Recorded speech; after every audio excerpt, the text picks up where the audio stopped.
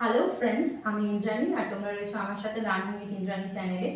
এই চ্যানেলের মূল বিষয় হচ্ছে ইংলিশ ল্যাঙ্গুয়েজকে কেন্দ্র করে, যেখানে আমরা গ্রামারের রুট লেভেল থেকে একদম অ্যাডভান্স লেভেল অবধি যাব এবং গ্রামারের পাশাপাশি আমরা স্পোকেন ইংলিশের বিভিন্ন ইনস্ট্রাকশন, কিভাবে কথা বলতে হয় স্পোকেন ইংলিশ, কারণ রিটেন আর গ্রামার স্পোকেন দুটো আলাদা, তাই কিভাবে স্পোকেন পাওয়ার বাড়াতে হয় সেই বিষয়ে আলোচনা।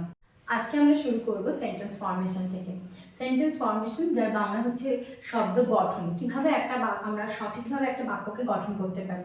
আচ্ছা, যে কোনো ল্যাঙ্গুয়েজ বা ভাষা শিখব এবং সবার শেখার প্রথমেই ধাপ হচ্ছে আমাদের সেটাকে জানা, অর্থাৎ ডেফিনেশন বা সংজ্ঞা, যেটাকে আমরা বাংলায় বলে থাকি। একটা ল্যাঙ্গুয়েজ, তার ডেফিনেশন কি হতে পারে? Any system of signs, symbols, movement, etc. that is used to express something is called language. Express something. Express মানে আমরা যখন মনের ভাবটাকে প্রকাশ করি কোনো সাইন বা সিম্বল বা কোনো মুভমেন্টের মাধ্যমে। আমরা ল্যাঙ্গুয়েজের আমরা ডেফিনেশনটা পেলাম। এবার ঘটনা হচ্ছে যে সাইন, সিম্বল বা যে মুভমেন্টের কথা আমি বললাম, এগুলো কি? সাইন আমরা ইংরাজিতে লিখি এ বি সি, এরকমভাবে আমরা এ থেকে জেড পর্যন্ত আমরা জানি, বা বাংলাতে আমি যদি বলি সেটা অ থেকে ও বা ক থেকে চন্দ্রবিন্দু পর্যন্ত আমরা তো জানি সবাই।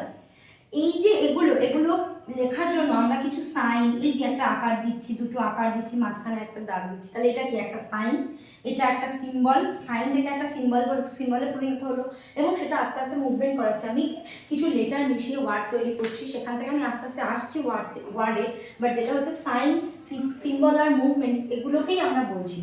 জে থেকে জেড, ও থেকে ও, ক থেকে চন্দ্রবিন্দু, এগুলোকেই কিন্তু আমরা বোঝাচ্ছি।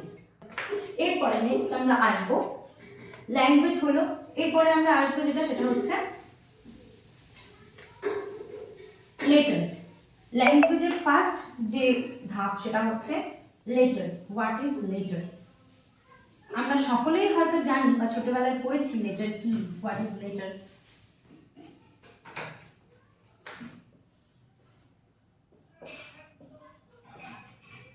ইংলিশে লেটার্স এ টু জেড পর্যন্ত হয়, আমরা সবাই এটা জানি লেটার্স কি। এ টু জেড পর্যন্ত বিভিন্ন লেটার হয়, যেটাকে আমরা A B C D E F G H করে আমরা জেড পর্যন্ত যাই। তাহলে এই যে 26টা লেটার ইংরাজি বা ল্যাঙ্গুয়েজে কিন্তু রয়েছে। নেক্সট হচ্ছে আমরা লেটার থেকে যাব ওয়ার্ড। ওয়ার্ডটা কি?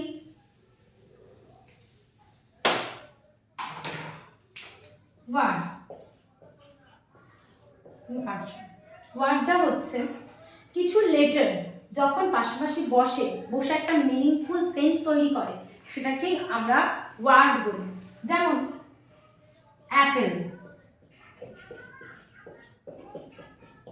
এখন আমরা খুব ইউজ করি মোবাইলে। অ্যাক্স, বয়, গার্ল, এগুলো সবই কি A P P L E, A P P S, B O Y, এগুলো সবই কিন্তু এক একটা লেটার, যে লেটারগুলো পাশাপাশি বসে একটা ওয়ার্ড তৈরি করেছে, একটা মিনিংফুল সেন্স তৈরি করেছে। অ্যাপেল বলতে কিন্তু আমরা এখন আপেলকেই বুঝি, অ্যাপস বলতে মোবাইলের যে অ্যাপ সেটাকেই বুঝি, বয় বলতে ছেলেকে বুঝি, গার্ল বলতে মেয়েকে বুঝি, তাই তো? আমরা কখনো কিন্তু যদি আমি শুধু জি বলি তাহলে কিন্তু সেটা লেটার হবে। Now we are come to sentence after word. Okay, now what is sentence? A word or group of words having a clear meaning in a given context is called sentence. Example, I read a book. Okay, তাহলে sentence কি বা সেন্টেন্সের সংজ্ঞাটা কি, ডেফিনেশনটা কি? কোনো word, কোনো একটা ওয়ার্ড বা কোনো শব্দগুচ্ছ বা গ্রুপ অফ ওয়ার্ডস যখন একটা ক্লিয়ার মিনিং বোঝায়, শব্দগুচ্ছ বা শব্দের সাহায্যে কোনো শব্দ পাশাপাশি বসিয়ে যখন আমরা একটা ক্লিয়ার মিনিং পাই কোনো একটা কনটেক্সট, মানে কোনো একটা বিষয় সম্পর্কে, একটা প্রাসঙ্গিক বিষয় সম্পর্কে যখন আমরা ক্লিয়ার মিনিং বা পরিষ্কার ধারণা লাভ করতে পারি, তখন সেটাকে আমরা বলবো বাক্য। বাক্যর মধ্যে বিভিন্ন ওয়ার্ডস থাকে, বিভিন্ন ওয়ার্ড জুড়ে হতে থাকে বাক্য। যেমন এখানে আই একটা ওয়ার্ড, রিড একটা ওয়ার্ড, একটা ওয়ার্ড, বুক একটা ওয়ার্ড, তাহলে এখানে 4টে ওয়ার্ড জুড়ে একটা কিন্তু কমপ্লিট সেন্টেন্স তৈরি হয়েছে। এরকম আরো অনেক আমরা সেন্টেন্স তৈরি করতেই পারি। I read a book, I go to school, এরকম আমরা বিভিন্ন ধরনের সেন্টেন্স কিন্তু গঠন করতে পারি এক বা একাধিক শব্দগুচ্ছ নিয়ে। এবার আমি আসব সেন্টেন্সের আরেকটু ডিপে ঢুকি। সেন্টেন্সের ডেফিনেশন হলো, সেন্টেন্সের এক্সাম্পল হলো। এবার আমরা এটা বলতে পারি সেন্টেন্স কত ধরনের হয়। সেন্টেন্স কিন্তু দু ধরনের হতে পারে, যে সেন্টেন্স সিঙ্গেল ওয়ার্ডেড হতে পারে, আবার মাল্টি ওয়ার্ডেড হতে পারে। ধরো যদি টিচার জিজ্ঞাসা করে have you done your homework,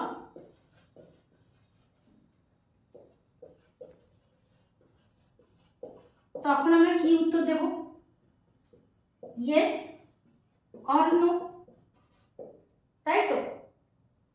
এই সেন্টেন্সটা এখানে দু ধরনের সেন্টেন্স আমরা পেলাম, এটা একটা সেন্টেন্স, এটা দুটো সেন্টেন্স।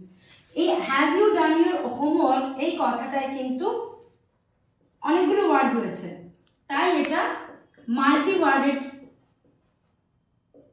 সেন্টেন্স। আর ইয়েস বা নো এটা দিয়েও আমরা কিন্তু একটা সেন্টেন্সকে প্রকাশ করছি। অর্থাৎ এই যে ইয়েস অর নো এই কথাটা কিন্তু হবে সিঙ্গেল ওয়ার্ডেড সেন্টেন্স। তাহলে একটা সেন্টেন্স বিভিন্ন ধরনের হতে পারে, তার মধ্যে হচ্ছে একটা মাল্টি ওয়ার্ডেড আর একটা হচ্ছে সিঙ্গেল ওয়ার্ডেড। যখন একটা সেন্টেন্সে এক বা তার বেশি একের বেশি ওয়ার্ড থাকে তখন আমরা সেটাকে বলবো মাল্টি ওয়ার্ডেড সেন্টেন্স। আর যখন সেন্টেন্সে যে কোনো একটা ওয়ার্ড থাকে তখন সেটাকে আমরা বলবো সিঙ্গেল ওয়ার্ডেড সেন্টেন্স। এবার আসি সেন্টেন্সের ভার্ব নিয়ে। ভার্ব বা ক্রিয়া বা কাজ যেটাকে আমরা বলি। একটা সেন্টেন্স কিন্তু ভার্ব যুক্ত হতে পারে, আবার ভার্ব লেসও হতে পারে। সেন্টেন্স আমরা তথাকথিত নিয়ম অনুযায়ী জানি যে সেন্টেন্স মেনলি হয় ভার্ব যুক্ত। সেন্টেন্স লেখার সময় আমরা মেনলি এই রুলটা ফলো করি, subject plus verb plus object. আমরা মেনলি এই রুলটা ফলো করি যে প্রথমে থাকে উদ্দেশ্য, তারপরে থাকে ক্রিয়া, তারপরে থাকে বিধেয় পার্ট। কিন্তু অনেক সেন্টেন্সে এই যে ভার্বের অংশটা, এই অংশটা কিন্তু থাকে না। কোনো কোনো সেন্টেন্স ভার্বলেসও হয়ে থাকে। এই যে দুটো আমি সেন্টেন্স লিখলাম, এই সেন্টেন্সটায় কিন্তু একটা ভার্ব আছে, একটা সাবজেক্ট আছে, আর আছে ওয়ার্ড। দুটো সেন্টেন্সে লক্ষ্য করলে আমরা সাবজেক্ট, ভার্ব, অবজেক্ট সবই কিন্তু দেখতে পাবো। কিন্তু আমরা যখন স্পোকেনে কথা বলবো তখন কিন্তু আমি এত বড় সেন্টেন্সটা নাও লিখতে পারি। সেন্টেন্সটাকে কিন্তু আমি ভাবলেস ভাবেও ইউজ করতে পারি। যেমন হোয়াট ইজ ইউর নেম, এটা না লিখে আমি যদি লিখি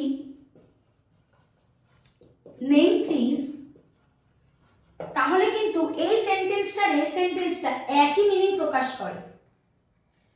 হোয়াট ইজ ইউর নেম বলতেও আমরা এটাই বুঝবো যে তোমার নাম কি, জানার প্রশ্নবোধক সেন্টেন্স বোঝাচ্ছে। বা আমি যদি কাউকে বলি নেম প্লিজ, দেন আমি কিন্তু এখানে একই অর্থ প্রকাশ করছে। তাহলে আমার কিন্তু যখন আমি স্পোকেন বলবো কোনো সময় ইংরেজি কথা, তখন কিন্তু আমার এত বড় সেন্টেন্সটা লেখার প্রয়োজন পড়ছে না। সেকেন্ড, আমি দেখবো হোয়াট ইজ দ্য টাইম নাও, আমি এত বড় কোয়েশ্চেনটা না করে আমি কিন্তু শর্টে কোয়েশ্চেনটা করতে পারি যে টাইম প্লিজ। তখন কিন্তু অপরদিকের ব্যক্তি খুব ইজিলি বুঝতে পারবে সে সময়টা জানতে চাইছেন। তাই আমরা সেন্টেন্সকে কিন্তু দুইভাবে গঠন করতে পারি, এক ভার্ব যুক্তভাবে আর একটা হচ্ছে ভার্বলেস ভাবে। একটা সেন্টেন্স ছোট থেকে বড় হতে পারে, আবার বড় থেকে ছোটও হতে পারে। আমি সেন্টেন্সকে সংজ্ঞা দেওয়ার সময় এটা বলেছিলাম, এই উদাহরণটা দিয়েছিলাম, আই রিড আ বুক। এই সেন্টেন্সটা কিন্তু 4টে ওয়ার্ড যুক্ত সেন্টেন্স।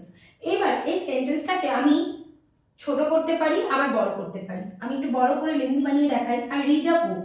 আমি এরকমও লিখতে পারি আর একটু বড় করে, আই রিড আ হলি বুক। আমি একটি পবিত্র বই পড়ছিলাম। আবার আমি আরেকটু বাড়িয়ে লিখতে পারি, I read a holy book at library.